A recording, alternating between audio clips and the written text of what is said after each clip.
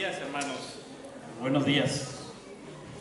Vamos a concluir con Marcos 16. Como que ya va siendo tiempo de que invitemos otra vez al hermano Rubén Sotelo, ¿no? A cantar y predicar, que como que se nos está olvidando las letras. La semana pasada habíamos concluido el capítulo 15, hablando desde la perspectiva de arriba y la perspectiva de abajo, este principio de transposición de la que habla C.S. Lewis, y quisiera que leyéramos para empezar primera a los Corintios, capítulo 2, versículos 6 al 16, porque finalmente esta perspectiva de abajo, el apóstol Pablo le dice que es como ve nuestro ojo y nuestro oído, que es como ve el hombre natural, que no percibe las cosas que son del Espíritu de Dios, y para él son locura, porque así es como ve desde abajo. Y la perspectiva desde arriba, finalmente el apóstol Pablo le va a llamar la mente de Cristo, ¿sí? Entonces vamos a verlo como lo dice ahí en la Escritura, lo explica mejor, porque dice que esa perspectiva de arriba son cosas que ojo no vio ni oído oyó. Y es una vista diferente que viene por revelación del Espíritu de Dios. Pero vamos a verlo en palabras del apóstol Pablo, que dice: sin embargo, hablamos sabiduría entre los que han alcanzado madurez, y sabiduría no de este siglo, ni de los príncipes de este siglo que perecen, mas hablamos sabiduría de Dios en misterio, la sabiduría oculta, la cual Dios predestinó antes de los siglos para nuestra gloria, la que ninguno de los príncipes de este siglo conoció, porque si la hubieran conocido, nunca habrían crucificado al Señor de gloria. Antes bien, como está escrito, cosas que ojo no vio, ni oído oyó, ni han subido en corazón de hombre, son las que Dios ha preparado para los que le aman. Pero Dios nos las reveló a nosotros por el Espíritu, porque el Espíritu todo lo escudriña aún lo profundo de Dios. Porque ¿quién de los hombres sabe las cosas del hombre, sino el espíritu del hombre que está en él? Así tampoco nadie conoció las cosas de Dios, sino el Espíritu de Dios. Y nosotros no hemos recibido el espíritu del mundo, sino el Espíritu que proviene de Dios, para que sepamos lo que Dios nos ha concedido, lo cual también hablamos, no con palabras enseñadas por sabiduría humana, sino con las que enseña el Espíritu, acomodando lo espiritual a lo espiritual. Pero el hombre natural, el que ve desde abajo, el hombre natural, no percibe las cosas que son del Espíritu de Dios, porque para él son locura, y no las puede entender, porque se han de discernir espiritualmente. En cambio, el espiritual juzga todas las cosas, pero él no es juzgado de nadie. Porque ¿quién conoció la mente del Señor? ¿Quién le instruirá? Mas nosotros tenemos la mente de Cristo. Y hoy vamos a concluir en el Evangelio de Marcos, el capítulo 16. Y aquí en el Evangelio de Marcos, capítulo 16, de una vez mencionamos la controversia sobre el final. Para que quede claro desde el inicio,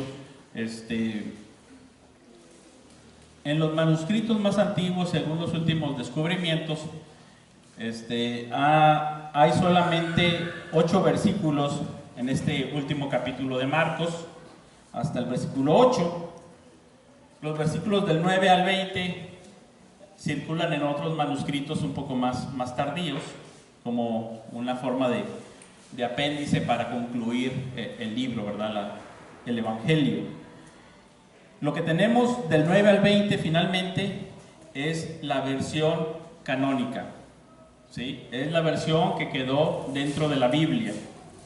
De todas maneras van a haber algunas Biblias, como la NBI tal vez, que después del versículo 8 ponen una línea.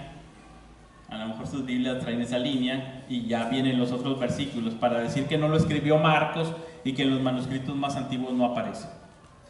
En algunas otras Biblias cambian la tipografía. La Biblia de Jerusalén agrega su nota que dice esta explicación que les estoy dando. La Biblia NBI también lo agrega en sus explicaciones. La Biblia Peshitta, por ejemplo, ellos nada más dicen, mira, los manuscritos que nosotros tomamos son del arameo, y en eso sí aparece esta sección, así que nosotros lo ponemos los versículos del 9 al 20 completitos, así como están, porque así aparecen, ¿sí? El texto del Nuevo Testamento en griego que yo tengo, que es el que uso en Nestlé Alan, viene esta versión así completa y con sus notas, y viene la terminación corta, que fue finalmente una conclusión que circuló en los primeros siglos, pero que no fue agregada al canon. No es canónico, sin embargo, la versión en griego la trae la versión corta, ¿sí? La terminación corta, ahorita se las leo. Finalmente lo podemos conocer y ver qué es lo que dice. Entonces, nada más para que tengan por ahí, si de repente del versículo 9 al 20 ven que su Biblia tiene una raya, o que lo ponen entre comillas, o que viene con otra tipografía, es por esta discusión que hay sobre los manuscritos, ¿verdad? ¿Ok? Entonces vamos a leerla toda completita, así como lo tenemos, que es como entró en el canon, ¿sí? Y vamos a ver cómo está la discrepancia. Finalmente, no necesariamente el Evangelio tendría que ser todo escrito por Marcos, como hay otros libros de la Biblia que no son todos escritos por un solo autor, porque hay algunos autores que de repente narran su muerte y dices, ¿cómo la narró? Quiere decir que alguien más la escribió, ¿verdad? ¿Quién escribió el final de Deuteronomio, digamos? O así, ¿verdad? Tenían otras personas que terminaban, y finalmente es lo que entró en el canon, ¿sí? Entonces ahorita vamos a leer el capítulo 16. De todas maneras, cualquier discusión al respecto, yo no soy experto en ello, pueden a lo mejor escribirle a Arturo Terrazas y él estudia los manuscritos. Él les puede dar una mejor explicación de todo tema sobre los rollos que se encontraron en el Mar Muerto, los códices y demás, ¿sí? Cuando pasó el día de reposo, María Magdalena, María la madre de Jacobo y Salomé compraron especias aromáticas para ir a ungirle. Y muy de mañana, el primer día de la semana, vinieron al sepulcro, ya salido el sol. Pero decían entre sí, ¿quién nos removerá la piedra de la entrada del sepulcro? Pero cuando miraron, vieron removida la piedra, que era muy grande. Y cuando entraron en el sepulcro, vieron a un joven sentado al lado derecho, cubierto de una larga ropa blanca, y se espantaron. Mas él les dijo, no os asustéis, buscáis a Jesús Nazareno, el que fue crucificado, ha resucitado, no está aquí, mirad el lugar en donde le pusieron. Pero id, decid a sus discípulos y a Pedro, que él va delante de vosotros a Galilea, allí le veréis como os dijo. Y ellas se fueron huyendo del sepulcro, porque les había tomado temblor y espanto. Ni decían nada a nadie, porque tenían miedo. Vamos a ver primero esta primera sección donde nadie discute que es parte del Evangelio, ¿verdad? Que aunque dicen termina de una forma muy extraña en la redacción en griego, no para un final, aún en español. Pero vamos a notar lo que sucede. Primero nombra a estas tres mujeres que ya las había nombrado en el capítulo 15. Las menciona por nombre y luego las vuelve a mencionar por nombre de manera muy importante para decir que ellas estaban no solamente viendo a Jesús en su crucifixión, sino que también fueron y vieron dónde pusieron a Jesús cuando lo sepultaron.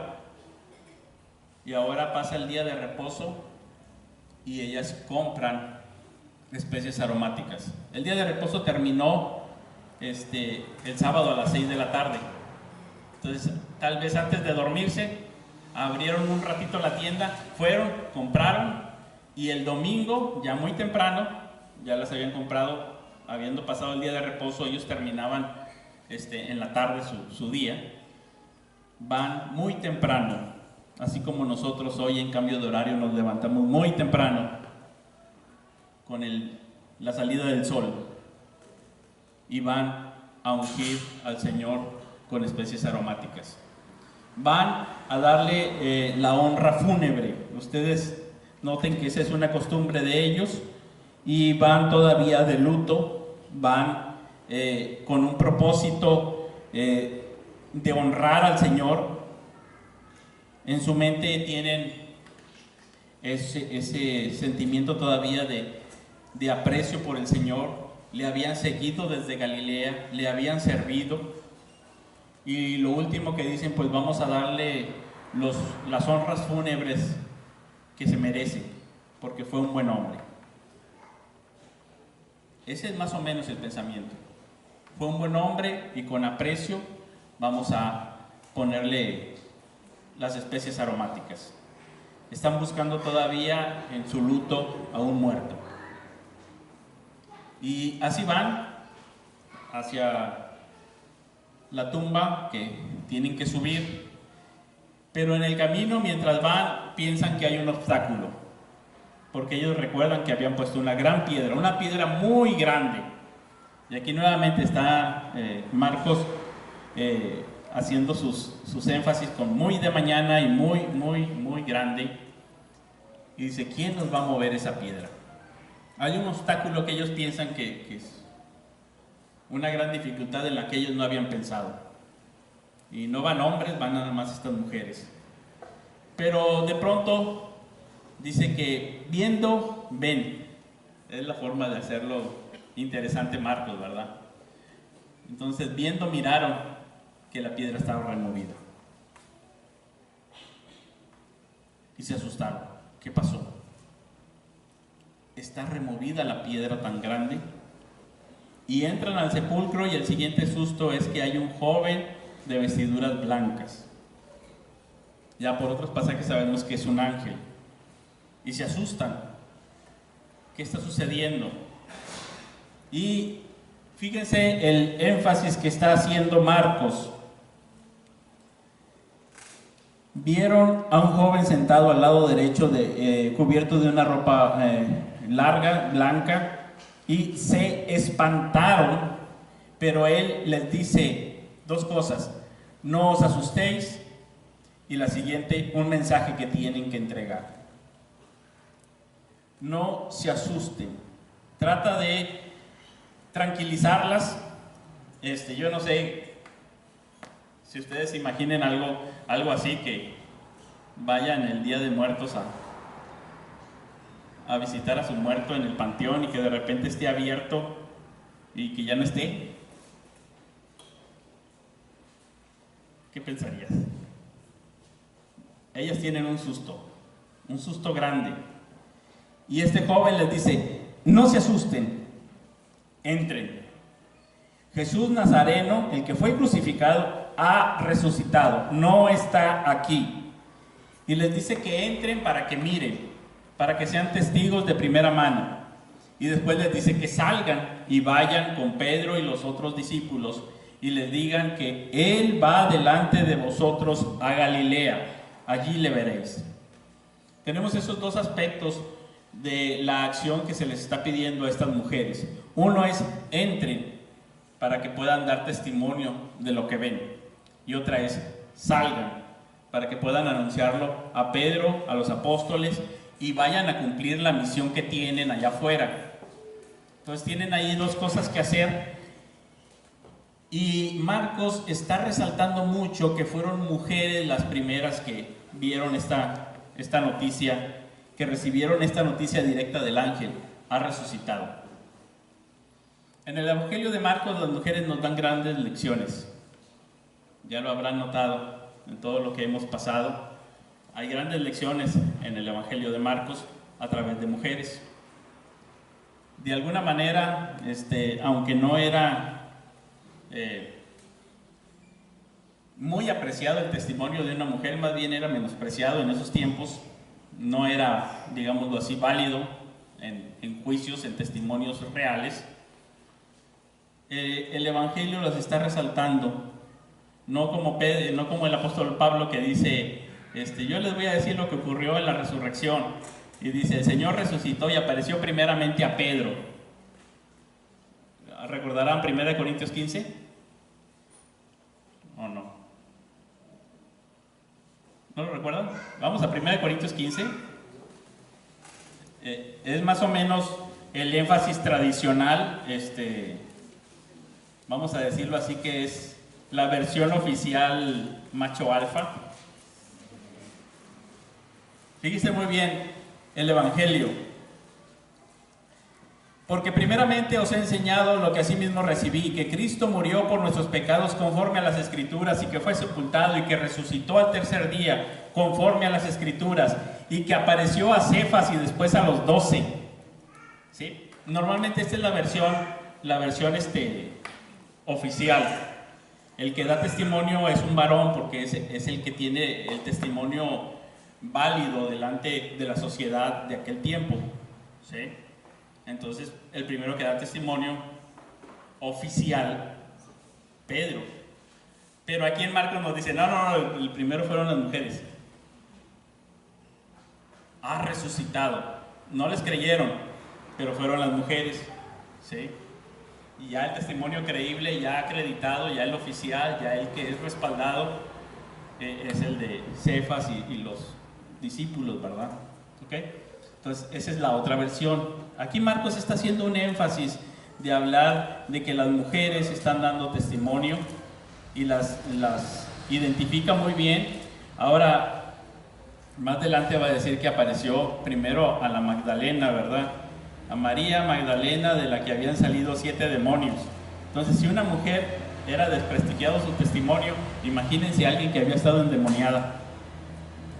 Pues van a decir, no, pues quién sabe, se lo imaginó ella, yo creo, tuvo alucinaciones, algo le pasó, es menos creíble todavía, ¿verdad? Pero aquí tenemos a estas mujeres que son las primeras y tienen una misión más grande, más difícil que mover una piedra: llevar la noticia a los discípulos y que la crean. Eso es más difícil que mover la piedra. A lo mejor la piedra echándole ganas la movían, quién sabe. Pero hacer que los discípulos creyeran, irles y contarles, ahí el Señor va a hablar más adelante de la dureza del corazón, ¿verdad? Que es un obstáculo todavía más grande, ¿verdad? No es cosa sencilla. Estas mujeres van a llevar un mensaje muy importante. Digan a los discípulos y a Pedro que Él va delante de vosotros a Galilea. Él va delante de vosotros. El que fue crucificado, el que vieron, el que murió, el que fue sepultado, Él va delante de vosotros a Galilea. A Galilea, que es el lugar de misión, es el lugar de encuentro de pueblos. Galilea, junto al lago, es el lugar donde empieza el Evangelio, todo este trabajo que ha estado y que vimos que era el trabajo donde estaba el Señor llevando a cabo su ministerio como sembrador, saliendo a sembrar la palabra. El lugar de la misión, aunque muchos luego van a decir que el prototipo de la iglesia misionera es Antioquía, lo que vemos en Marcos como prototipo de iglesia misionera es Galilea. Y les dice, vayan a Galilea porque tienen una misión, pero Él va delante de vosotros. Es como ahorita cantábamos, ¿verdad? Buenos días, mundo, aquí voy. Pero Él va delante de nosotros. Iglesia de Cristo tiene una misión, pero Él, el que fue crucificado, el que fue sepultado, el que resucitó al tercer día, Él va delante de vosotros. Y esto ha sido siempre el ánimo de toda la iglesia del Señor a través de los tiempos. Tenemos hasta un himno que dice, ¿no? Firmes y adelante, porque Él va delante de vosotros. Precisamente Él va ahí delante de vosotros para esa misión, no es algo imposible. ¿Quién es el que va delante de vosotros? El que venció, el que resucitó, venció a la muerte, venció el mal. Ahora, los ejemplos que van a venir más adelante apuntan hacia un Cristo vencedor sobre los demonios, sobre la enfermedad, sobre la muerte, sobre toda la oposición. Ahí está Cristo. Las tinieblas no pudieron retenerlo. Incluso al inicio dice que fueron muy de mañana cuando salió el sol. Ya no están las tinieblas encima como cuando se nubló y Él estaba en la cruz. Ahora sale el sol. Está haciendo un contraste aquí de que sale el sol y es un nuevo día. Y va a hablar de la vida del Señor Jesucristo para la misión de la iglesia. Aquí es un cambio enorme, pero a la vez difícil de digerir, porque las mujeres lo que hacen aquí es que se van del sepulcro huyendo, porque les había tomado temblor y espanto, ni decían nada a nadie porque tenían miedo. Esa es la primera reacción: temor y temblor. Recuerdo yo no conozco himnos desde hace mucho y no estoy en la tradición de los himnos más que recientemente, pero recuerdo por allá, creo que fue en el 2008, cuando en domingo de Pascua Carlos y Wes entonaron este canto que decía: ¿viste tú cuando en la cruz murió? ¿Viste tú cuando Dios le abandonó? Oh, hay veces que al pensarlo tiemblo, tiemblo, tiemblo. ¿Viste tú cuando en la cruz murió? ¿Viste tú cuando expiró allí? ¿Viste tú cuando en dolor clamó? Oh, hay veces que al pensarlo tiemblo, tiemblo, tiemblo. ¿Viste tú cuando expiró allí? ¿Viste tú cuando enterrado fue? ¿Viste tú cuando entró en lobreguez? Oh, hay veces que al pensarlo tiemblo, tiemblo, tiemblo. ¿Viste tú cuando enterrado fue? ¿Viste tú cuando Él resucitó? ¿Viste tú cuando el alba despuntó? Oh, hay veces que al pensarlo tiemblo, tiemblo, tiemblo. ¿Viste tú cuando Él resucitó?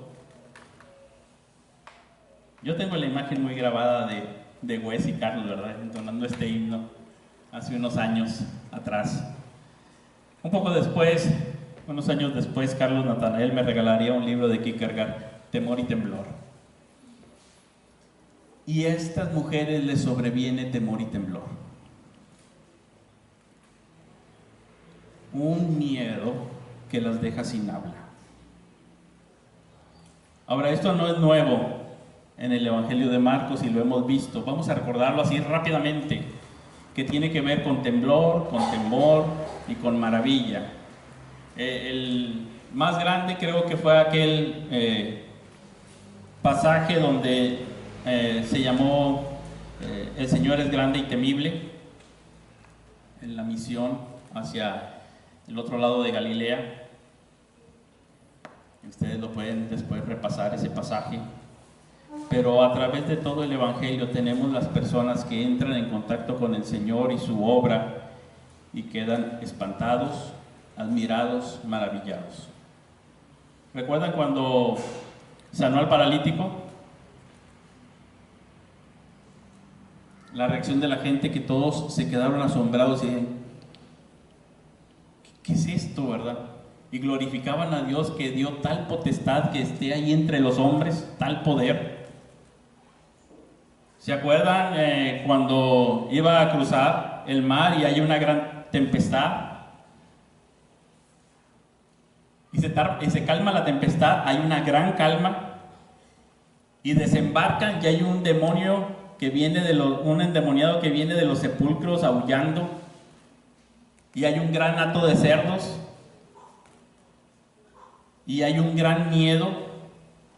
No sé si lo recuerden, pero en el griego ahí está muy enfatizado que el mayor miedo de esa travesía fue cuando vieron al Señor que detiene el viento.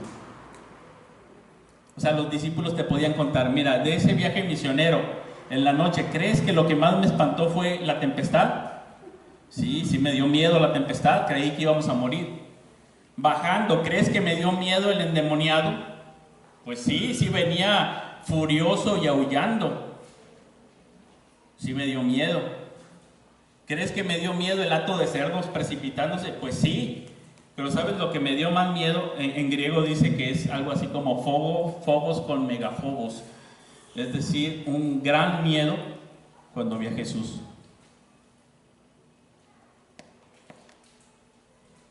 Vi a Jesús, que el viento le tiene miedo a Jesús, Y él les dice, calla, enmudece, y se detiene. Los demonios le tienen miedo a Jesús. El endemoniado viene furioso y se arrodilla delante de él y le suplica. Eso es lo que me dio más miedo. Jesús es grande y temible. Y así lo vemos vez tras vez. El último que se sorprendió.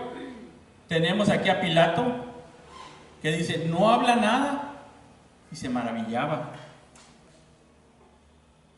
Este hombre me da miedo. Y tenemos incluso de todos los que están ahí crucificando al Señor, parece que al final nada más el centurión es el que logra ver desde arriba y dice, este verdaderamente era hijo de Dios. La reacción de las mujeres es normal en el Evangelio de Marcos y es lo que esperaríamos. De vez en cuando todo creyente debe de espantarse en la presencia del Señor. De vez en cuando todo creyente debe asombrarse y ver su pequeñez, ver su miseria y ver la grandeza del Señor. El apóstol Pablo nos va a decir en Filipenses capítulo 2, dice, mírenlo bien a él, que siendo Dios se hizo hombre y siendo hombre fue obediente como un sirviente hasta la muerte y muerte de cruz, y luego Dios lo exaltó hasta lo sumo y le dio un nombre que es sobre todo nombre, para que en el nombre de Jesús se doble toda rodilla, todos delante de él. Asómbrense de eso. Y yo sé que siempre han sido obedientes, pero ocúpense de su salvación con temor y temblor. Filipenses 2, versículos del 5 al 13. Vean el ejemplo de Cristo y entonces ocúpense de su salvación con temor y temblor. ¿Qué es lo que les sobrevino aquí a las mujeres? Hebreos nos va a decir, ustedes no se acercaron a ese monte que humeaba. Se han acercado a algo mucho más grande, que es el Señor, que nos ha dado grandes promesas, el resucitado. Por lo tanto, puesto que tenemos esta grande presencia del Señor, sirvámosle con temor y reverencia. Es similar al temor y temblor. De vez en cuando el creyente tiene que ser consciente de la grandeza, de la majestad, de la pureza del Señor. Y entonces estas mujeres quedan hasta sin habla, porque ellas vieron al Señor en la cruz. Ellas vieron cuando lo pusieron en el sepulcro, y ahora están ahí y ellas vieron que no está,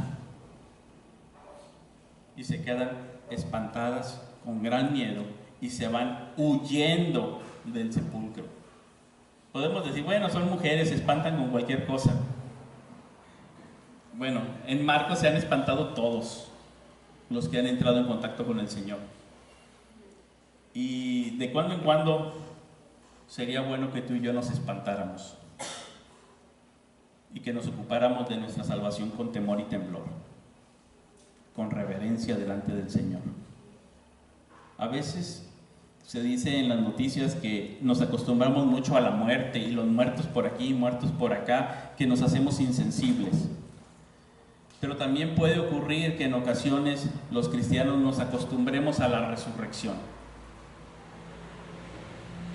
Año tras año celebrando la resurrección de Cristo, y que podamos ser insensibles y que no nos sobrecoja de repente el respeto y la reverencia por el Señor y decir, wow, este es el Señor que ha resucitado, y que me deje como a las mujeres mudo.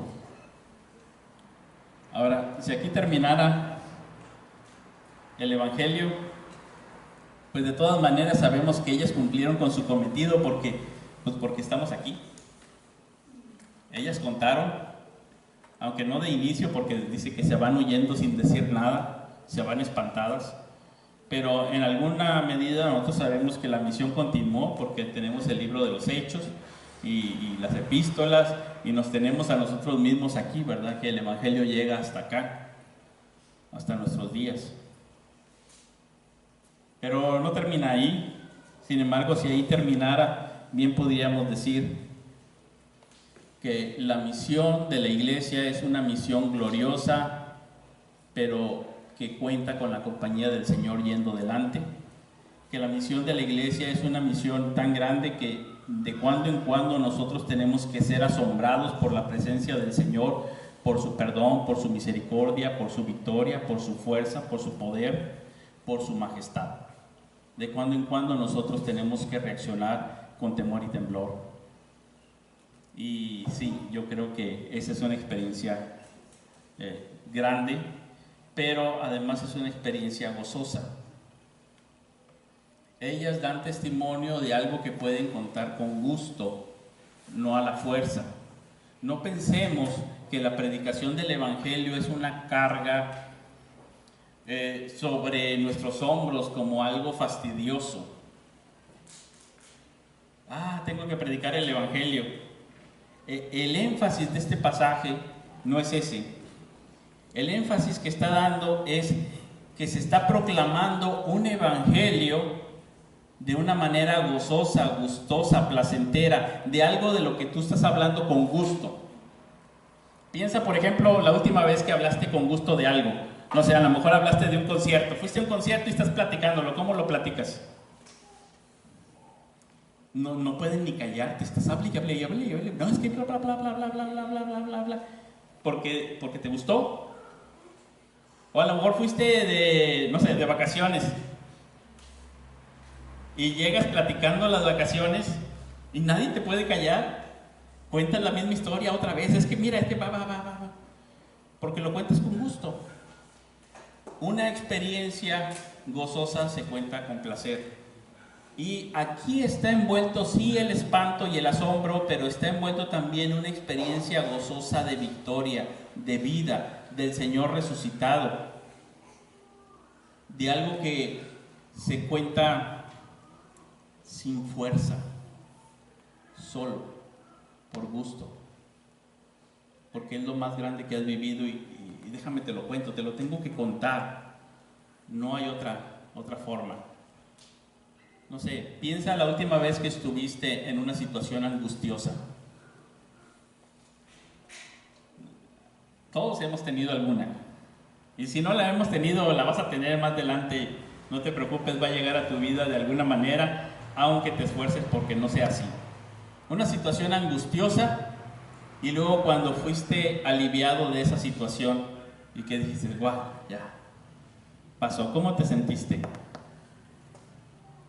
Por ejemplo, hace 15 años aproximadamente, nuestro segundo hijo en la ciudad de Puebla tiene que nacer un poco antes de tiempo, en una situación un poco complicada, y queda en la incubadora, con muchas complicaciones ahí.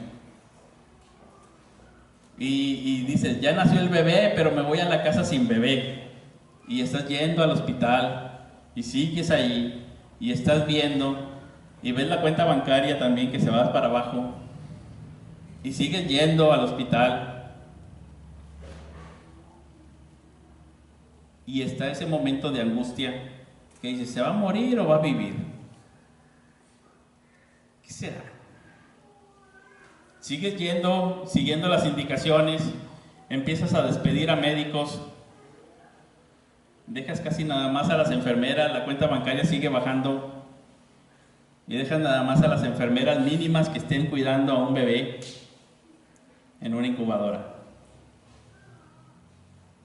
Hay algunos médicos que te apoyan, pero estás ahí y dices, ¿qué va a suceder? Y pasan los días, y te dice, y ya llega el momento en que le dices al médico encargado, mira, yo te firmo y ya me lo llevo, no tengo un 5 más. Mira, no ha pasado los 2 kilos, yo no lo puedo dar de alta si no pasan los 2 kilos.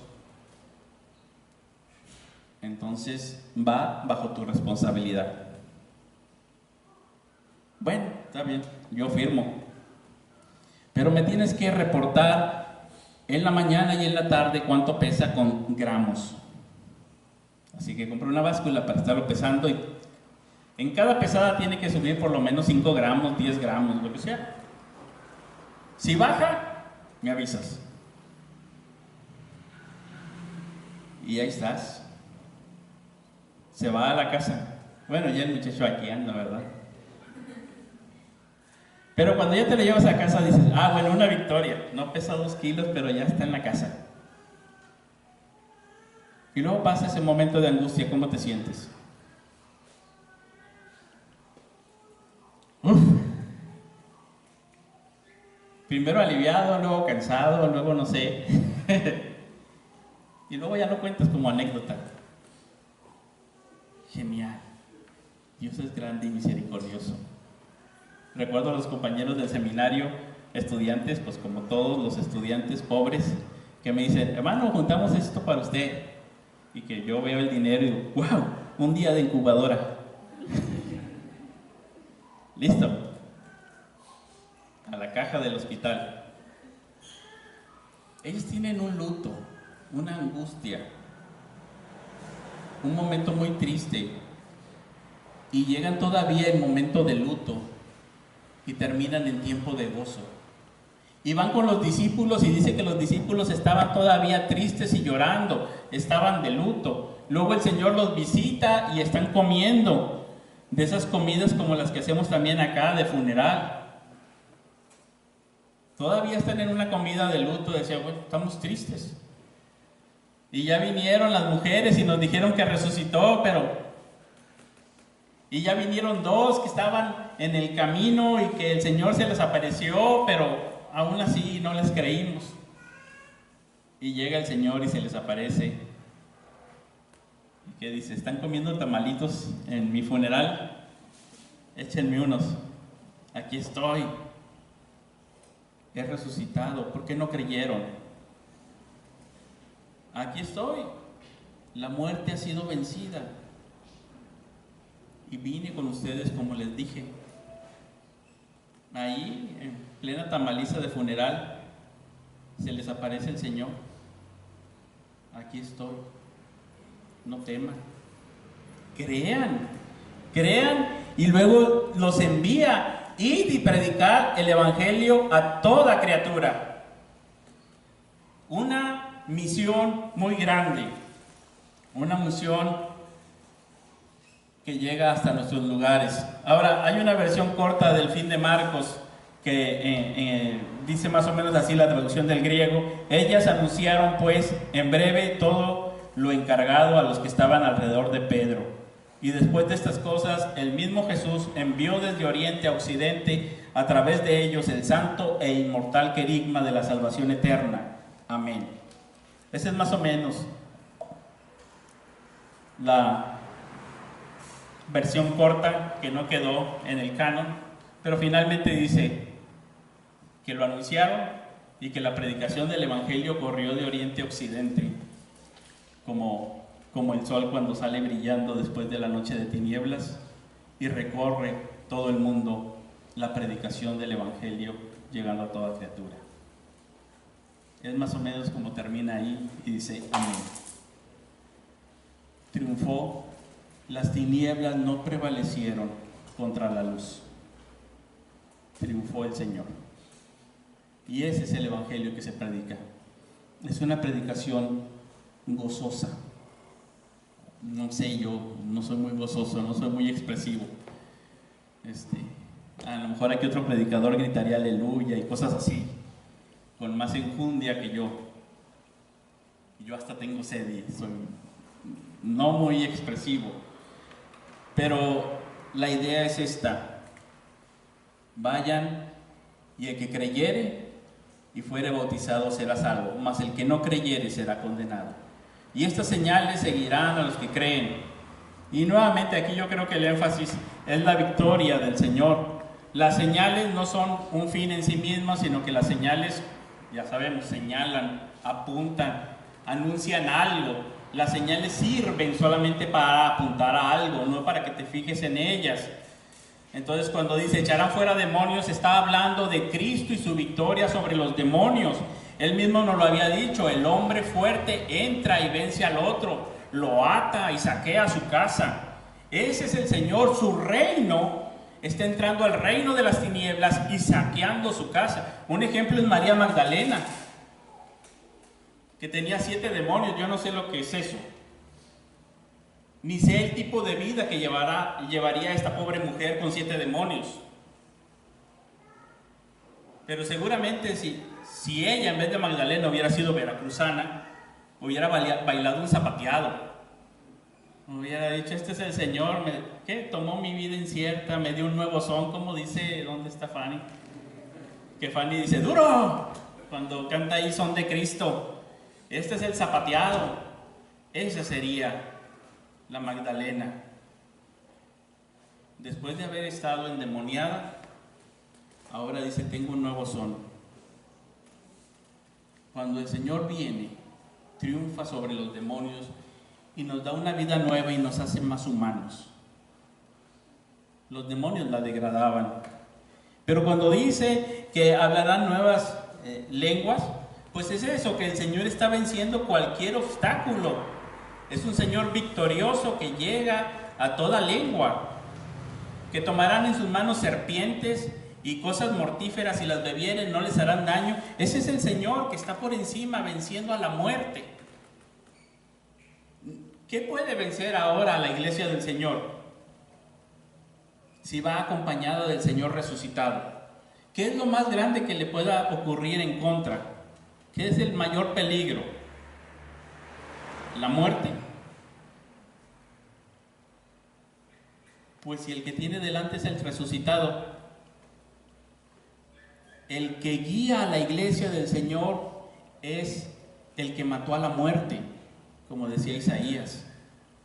Va a llegar, oh muerte, va a llegar el que te va a matar. Cristo venció a la muerte, venció a la enfermedad, venció todos esos obstáculos que pudieran haber, de tal manera que la iglesia va en una misión gozosa y triunfante, pero en una misión apasionada, sí, con temor y temblor, con reverencia delante del Señor, pero también con una gran pasión por el Señor, donde Él es su mayor gozo. Ese es el pasaje que dice, y el Señor, después que les habló, fue recibido arriba en el cielo y se sentó a la diestra de Dios. Hebreos nos va a remarcar diciendo que Él se sentó a la diestra de Dios, habiendo efectuado la purificación de nuestros pecados por medio de sí mismo. Se sentó a la diestra de Dios para decir, ya totalmente purificados tus pecados por Jesucristo. Hebreos luego lo vuelve a retomar, 3 veces habla de esto. Primero dice, si tú estás en la fe y perseveras en la fe, es gracias a Cristo, porque Él efectuó la purificación de nuestros pecados por medio de sí mismo. Más adelante en el capítulo 8 va a decir que Él es nuestro gran sumo sacerdote, que se sentó a la diestra del Padre en las alturas. Y está nuevamente tomando esa frase de a la diestra de Dios, en el trono de Dios, como sumo sacerdote, de tal manera que si tú perseveras en la fe, si tú puedes andar todavía constantemente creciendo en la obra del Señor, es porque Él ora por ti, porque Él intercede por ti a la diestra del Padre. Y luego en el capítulo 12 va a volverlo a decir, y cuando ustedes se sientan desfallecer, cuando ustedes piensan que van a renunciar, que ya no pueden más, observen a Cristo, que no solamente sufrió la cruz, sino que al final triunfó y se sentó a la diestra de la majestad en las alturas, de tal manera que ahora ustedes pueden tener ánimo para la vida cristiana. Ese sería otro estudio allá en Hebreos. Pero ahí observen cómo el énfasis que tiene Hebreos es que Cristo está a la diestra del Padre, habiéndonos limpiado de nuestros pecados como gran sumo sacerdote y ayudándonos en medio de nuestras tribulaciones para que permanezcamos fieles, puestos los ojos en Jesús. Ese es Cristo a la diestra. Luego dice, y ellos saliendo predicaron en todas partes. Así nada más predicaron. Y esa es la idea. Lo va a desarrollar mucho Hechos, pero ahí está. Predicaron no solos, con la compañía del Señor, con la guía del Señor, con la ayuda del Señor, gracias, con el servicio del Señor a la hora de manifestar no solamente su predicación, sino también las señales que iban junto con la predicación, las señales de los apóstoles, ¿verdad? Este es el final largo que quedó dentro de nuestras Biblias, dentro del canon, un final un poco más extenso. Pero es aquí donde nosotros debemos de enfocarnos en la resurrección de Cristo y tratar de ver qué es lo que el Señor está haciendo ahí. El apóstol Pablo va a decir en Efesios 1:20 que Él ruega por nosotros para que podamos, en ese caso por los efesios, pero vamos a ponerlo en un sentido todavía más amplio hacia nosotros, ahí en Efesios capítulo 1. Observen cómo, voy a leer un poquito más, dice: por esta causa también yo, habiendo oído de vuestra fe en el Señor Jesús y de vuestro amor para con todos los santos, no ceso de dar gracias por vosotros, haciendo memoria de vosotros en mis oraciones, para que el Dios de nuestro Señor Jesucristo, el Padre de gloria, os dé espíritu de sabiduría y de revelación en el conocimiento de Él, alumbrando los ojos de vuestro entendimiento, para que sepáis cuál es la esperanza a que Él os ha llamado, y cuáles las riquezas de la gloria de su herencia en los santos, y cuál la supereminente grandeza de su poder para con nosotros los que creemos, según la operación del poder de su fuerza, la cual operó en Cristo, resucitándole de los muertos y sentándole a su diestra en los lugares celestiales. Vamos a resumirlo un poquito porque las palabras son muy intensas aquí con el apóstol Pablo, pero está diciendo: yo oro para que ustedes puedan leer Marcos 16, parafraseado, y puedan darse cuenta de las implicaciones que tiene la resurrección de Cristo en tu vida. De que ese supereminente poder de Dios que obró en Cristo resucitándole de los muertos es el que está obrando en cada uno de los creyentes en su iglesia para vivir una vida nueva. ¿Te imaginas? Ese poder de Dios que se manifestó para levantar a alguien de los muertos es el poder que nos dio con su Santo Espíritu para que nosotros ahora podamos vivir vidas que le agradan a Él. Que no podíamos, que estábamos muertos y Él nos dio vida.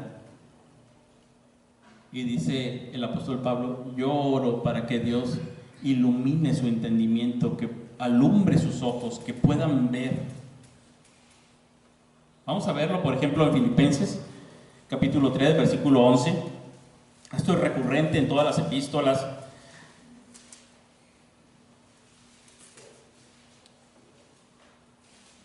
Voy a leer desde el 8, el 3:8. Dice: y ciertamente aún estimo todas las cosas como pérdida por la excelencia del conocimiento de Cristo Jesús, mi Señor, por amor del cual lo he perdido todo y lo tengo por basura para ganar a Cristo y ser hallado en Él, no teniendo mi propia justicia, que es por la ley, sino la que es por la fe de Cristo, la justicia que es de Dios por la fe, a fin de conocerle y el poder de su resurrección y la participación de sus padecimientos, llegando a ser semejante a Él en su muerte. Nuevamente dice: yo todo lo tengo por basura. Todas las cosas que yo sabía, quisiera yo entender más al Señor, conocerle más, crecer en esa vida y el poder de su resurrección, obrando aún en medio de persecuciones, de angustias, de problemas, de dificultades, y poder ver que ahí está el Señor sustentándome con su poder. La iglesia del Señor no ha avanzado a través de los siglos ni por fuerza, ni violencia, ni por dinero. No avanza como los reinos de este mundo. La iglesia del Señor, el Evangelio de Jesucristo, ha avanzado gracias al poder de Dios. Delante va Cristo resucitado y es el que ha ido avanzando a la iglesia en todas las épocas, en todas las regiones y llegando hasta aquí con nosotros. No avanza por poderosos, no avanza por ricos, no avanza por violentos, avanza porque Cristo va delante de nosotros. Avanza en oración, en meditación de su palabra, en modelación y proclamación del Evangelio. Esa es la misión de la iglesia.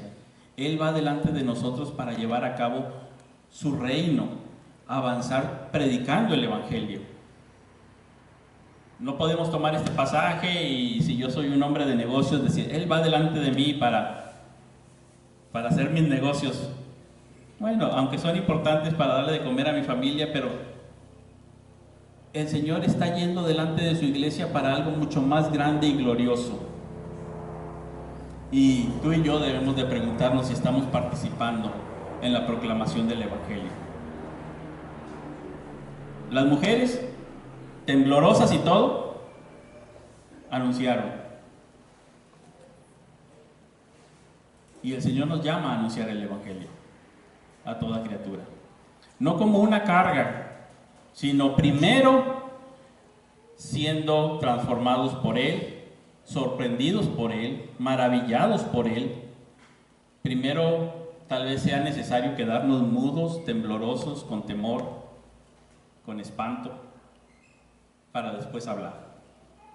Tal vez primero sea necesario que nosotros mismos seamos impactados por el Evangelio del Señor, para entonces después proclamarlo con gusto, de buena gana, con ánimo pronto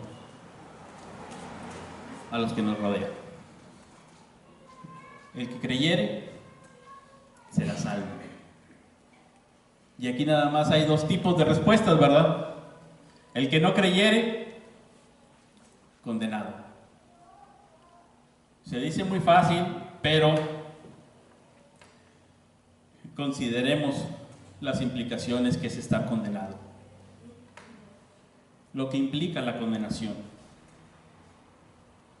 Se dice muy sencillo y en una sola frase Marcos nos lo escribió ahí: el que no creyere está condenado, está bajo la ira de Dios, está alejado totalmente, está para una perdición eterna. Eso es grave. Eso es más grave que un bebé en la incubadora.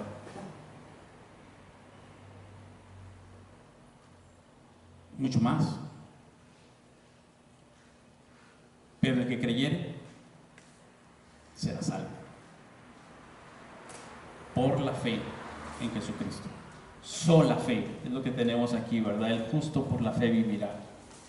No está poniendo otra condición, solamente la fe. Y ese es el trabajo de la iglesia, proclamar el Evangelio. El Señor hará el resto. Algunos creerán, otros no, pero nosotros tenemos el trabajo de proclamar el Evangelio. El Señor va delante de nosotros, así que ocupémonos de nuestra salvación con temor y temblor. Y cuando lleguemos a este pasaje, tal vez digamos, hay algunas veces en las que todavía tiemblo, cuando pienso en lo que aquí sucedió. Cuando pienso en lo que aquí sucedió, hay ocasiones en que todavía tiemblo. En que el Señor, al tercer día, resucitó. La muerte no le pudo retener. Él vive. Y nuevamente, ahora que celebremos el domingo de resurrección, pensemos en ello. La Cuaresma nos llama más o menos como los capítulos 14 y 15 de Marcos, a la abstención, a la contrición, nos llama al arrepentimiento, nos llama a confesar nuestros pecados. Digamos que el tiempo de Cuaresma nos llama, como los capítulos 14 y 15, a estar tristes, a llorar, a arrepentirnos, a buscar al Señor. Pero el capítulo 16, que sería el domingo de resurrección, nos llama a convertir la tristeza en gozo. Nos llama a fiesta y a proclamar el Evangelio hacia afuera. Más o menos el ejemplo sería que capítulos 14 y 15 que vimos de Marcos es como un llamado a que cada quien limpie su terreno, corte las hierbas, saque las piedras, saque aquellas raíces que hay por ahí de amargura, quite todos esos pecados de odio, de envidia, deshierve su terreno cada quien, afloje la tierra y quiten las piedras, orgullos y envidias, chismes y demás.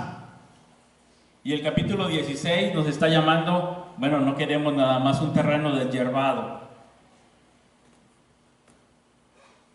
El capítulo 16 nos llama a sembrar. No lo dejes libre, no lo dejes limpio nada más. Ahora siémbrale. Como hermano Juan, ¿verdad? Ciruelos y papayas y mísperos y siémbrale unos nopales y esto, porque queremos que aquello dé fruto, no queremos el terreno solo. El capítulo 16 nos está llamando a que demos fruto para el Señor y que no dejemos nada más la contrición, el arrepentimiento de los capítulos 14 y 15, la confesión de pecados, sino que ahora vayamos un paso más adelante y demos frutos de justicia por medio de Jesucristo. Ricos y abundantes frutos, que sembremos, que nos ocupemos en nuestra salvación con temor y temblor, que demos fruto predicando el Evangelio de dos maneras, una corporativa, una como iglesia, que es el primer paso, vivir el Evangelio, vivir en amor, vivir en unidad, vivir en paz, en una comunidad de creyentes alrededor del Señor. Y la segunda, dar testimonio personal a quien no conoce a Cristo. Un testimonio que tiene un trasfondo, una base detrás, que es la vida de iglesia. No es un testimonio aislado. Desconfíen de todo evangelista que no está relacionado con una iglesia local. La predicación del evangelio tiene detrás una comunidad donde se modela esa vida del evangelio. Lo vamos a ver, yo creo, allá con Francisco en Filipenses, ¿verdad? Dice, estamos aquí proclamando el Evangelio, pero ustedes van a tener una batalla unidos, modelando el Evangelio, comportándose como es digno del Evangelio. No solamente una proclamación individual, que es necesaria, sino también una proclamación corporativa de ese Evangelio. Así que, capítulo 16 nos está llamando a sembrar, a dar frutos, a no dejar el terreno vacío, limpio pero vacío, pues no está tan bonito y no es tan útil. Al rato le crecen otra vez las hierbas y al siguiente año otra vez vamos a pasar por los capítulos 14 y 15 para deshiervar, pero tenemos que llegar al capítulo 16 y sembrar. Iglesia Bíblica Unidos en Cristo, es tiempo de sembrar. Es tiempo de ocuparnos de nuestra salvación con temor y temblor. Es tiempo de buscar al Señor y dar fruto. Es tiempo de vivir en amor, en justicia. Es tiempo de proclamar el Evangelio a otros. Es tiempo de dar ese fruto para la gloria del Señor. Sirvámosle a Él, sí, adorándole con temor y reverencia, pero también sirvámosle con alegría, con gozo, no con un pesar, sino con el gusto de decir, ha resucitado y va delante de vosotros. Él vive. No estamos tan contentos, ¿verdad? Pero ojalá y pudiera yo decirles, Él vive, y que ustedes contestaran, ¡aleluya! Pero no somos así, somos muy tranquilos, pero en nuestra tradición podemos decir, Él vive, aleluya. Él resucitó y Él es el gozo de nuestra vida. Nuestra tristeza de los domingos anteriores se convierte en gozo. Y el mundo no lo entenderá. Pero vuestra tristeza se convierte en gozo porque Él vive. Él es el gozo de nuestra alma. Él es el que vive. Vamos a orar. Dios, gracias te damos por tu Hijo Jesucristo, quien dio su vida por nosotros, fue crucificado, fue sepultado, pero al tercer día resucitó y ascendió en gloria y se ha sentado a la diestra de la majestad en las alturas. Gracias, Señor, porque ahora como iglesia podemos proclamar un evangelio y tener una vida nueva, modelar este evangelio y dar fruto para tu gloria, Señor. Ayúdanos a hacer para alabanza de la gloria de tu gracia. Ayúdanos a proclamar el evangelio en estos próximos días, que otras personas puedan conocerte, que puedan venir a ti, Señor. Te pedimos, Señor, por ellos, por los que están ahí cerca de nosotros. Danos la gracia y las palabras para tener buenas conversaciones con ellos. En el nombre de Jesucristo. Amén.